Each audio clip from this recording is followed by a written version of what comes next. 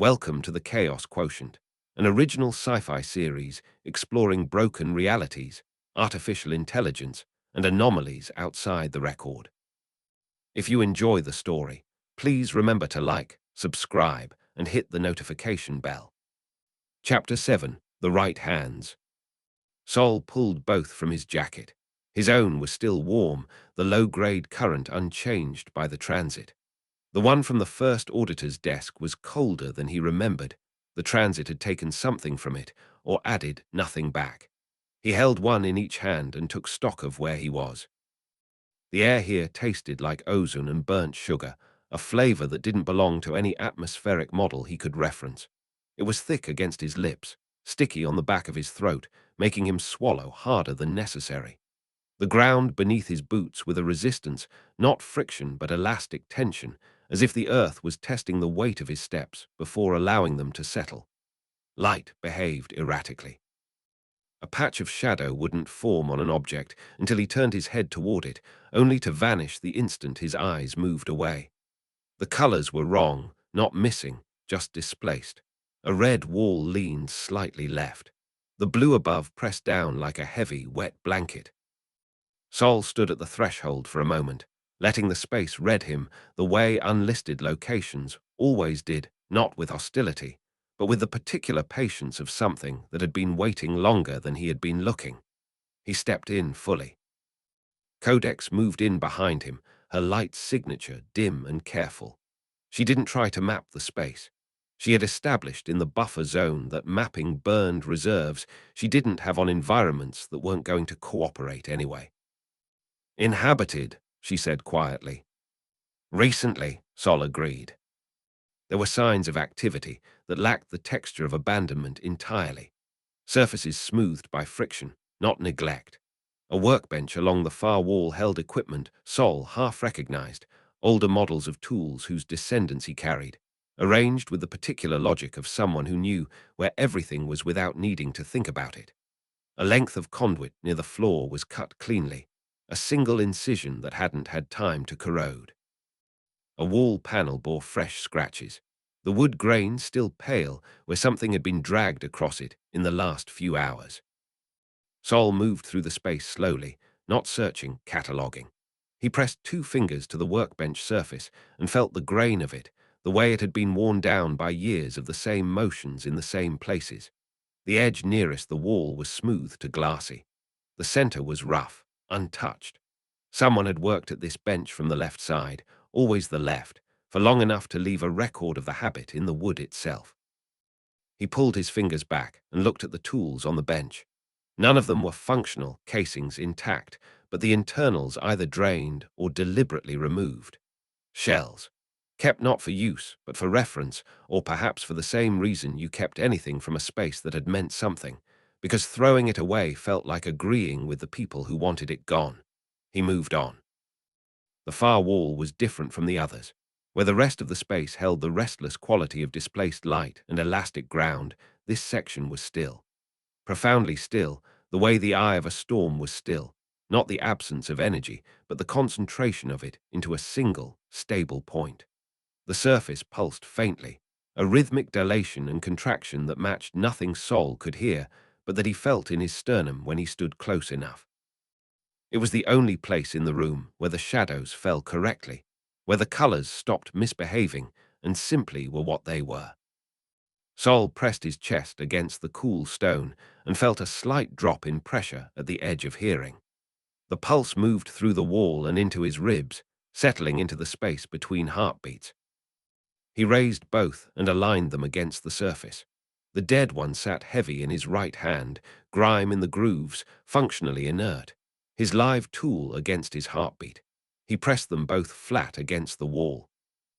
The resistance was immediate. Cold meeting warmth, and then nothing for a long second that stretched the way seconds did when something important was being decided somewhere below the level of thought. Then a vibration climbed his arms, not electricity but frequency, a hum that matched the wall's pulse exactly, and then began to build on it. The 2 signals finding each other the way 2 tuning forks found each other across a room. He adjusted the angle by a fraction. A sound, dry as paper tearing, filled the space. The two tools locked into resonance. The dead one's silence wasn't a hindrance. It was half the key, the specific absence of function, creating a gap that the live tool's signal fell through and filled, completing a circuit that neither tool could have managed alone. Sol's vision shifted. The room's chaotic colors dissolved. What rendered through his glasses was not a projection and not a recording. It was an imprint, the location having held this moment in its material the way would held the shape of a hand that had pressed it for years. A single sustained image assembled itself from the frequency data. A hand, pale and steady, pressing both tools against this same wall at this same angle. The wrist canted slightly right. The forefinger curled over the blade guard. The skin tightening across the knuckles before releasing. He knew that angle. He had just been standing in it. The impression played out its full duration. Not long, maybe 40 seconds of the first Auditor's last recorded action in this space. The motion was mundane, a task being completed. The kind of thing you did when you were wrapping up, making sure the next person would be able to find what you left. There was nothing in the posture of someone saying goodbye. There was only the posture of someone who expected to come back and was leaving a note for the interval. They had not come back. Embedded in the final frame, without ceremony, the way a serial number was stamped into the back plate of a tool that needed to be tracked through a system. A number, 42. Sol read it. It sat there unremarkable and absolute, a designation assigned before the department had decided designations were the only names that mattered. He held it for one breath. It was not a revelation. It was a confirmation of something the worn grip on the dead tool had already told him. Something the two side by side on the workbench in the buffer zone had told him. Something he had known in the space between knowing and admitting for longer than he could accurately measure. He was not the first, he was the 42nd. He pocketed both tools, the cold of the dead one still seeping through his glove, and stood up straight. The room resettled around him, the displaced colors returning to their dissonant rhythm, the shadows going back to their unreliable behavior. He rolled his shoulders once and moved toward the center of the space. "You're late," a voice said. The speaker was already in the room, standing near the wall panel with the fresh scratches, feet planted, body angled slightly away, waiting for Sol to finish rather than for him to arrive. Simple clothing, no department markings, seems clean and practical. A hood pulled low. Their posture carried the particular efficiency of someone who had stopped performing patience a long time ago and had arrived at something more useful on the other side of it. Sol stopped. "You were expecting me." The buffer zone sent a signature when it completed the upload. Their gaze moved across the room, settling briefly on the wall where Sol had pressed the tools before moving on. "We've been watching that gap for a while." "We?" Sol said. They didn't answer that. They crossed to the far wall and ran 2 fingers along the conduit cut, checking something Sol couldn't see, a habit or a test or both.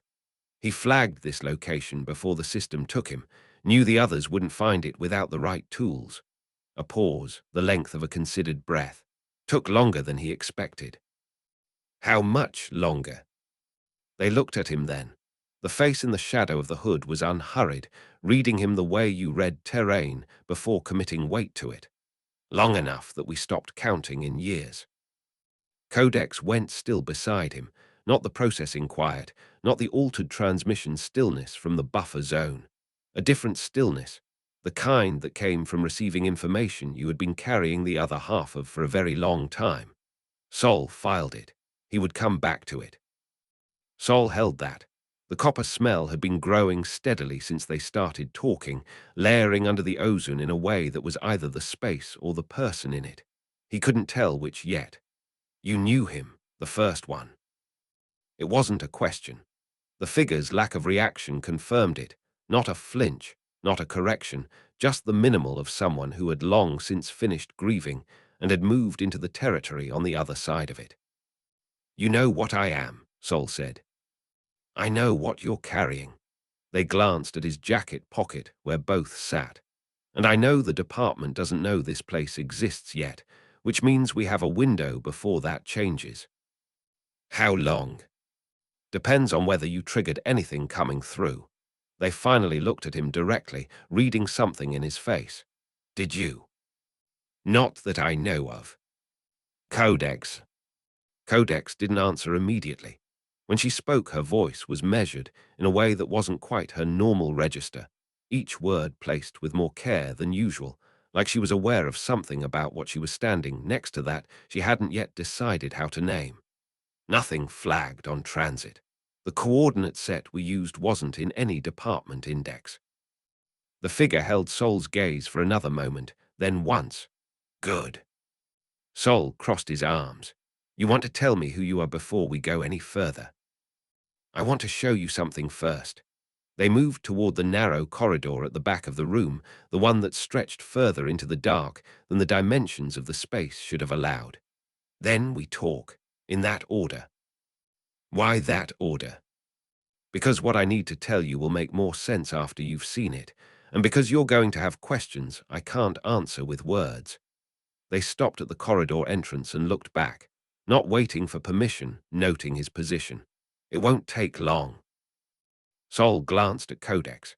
Her light signature was still, the particular held-breath stillness that had started when the figure spoke the first time. She wasn't looking at the corridor. She was looking at the figure with an expression Sol didn't have a name for, something at the intersection of recognition and the weight of a very long time.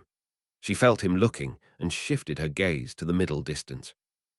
Sol looked back at the figure. You going to tell me your name at least? They had already turned toward the corridor. Down here, they said without looking back. Then we'll get to all of it. Sol stood at the entrance for a moment. The air coming from the corridor was colder than the room, the copper smell sharpening into something more metallic and specific, the smell of old systems and older decisions. Behind him, the pulsing wall had gone still, the impression spent, the surface already beginning to lose the definition it had held for 42 iterations of the same waiting. The room was forgetting itself now that it had finally delivered what it was holding. Sol looked at the workbench one more time, the shell tools, the worn left edge, the record of someone's habits preserved in wood grain. Then he followed. Thank you for listening to the Chaos Quotient. If you want to follow Sol and Codex deeper into the fold, make sure to like this video, subscribe to the channel, and turn on notifications so you never miss a new chapter. Until next time, stay off the record.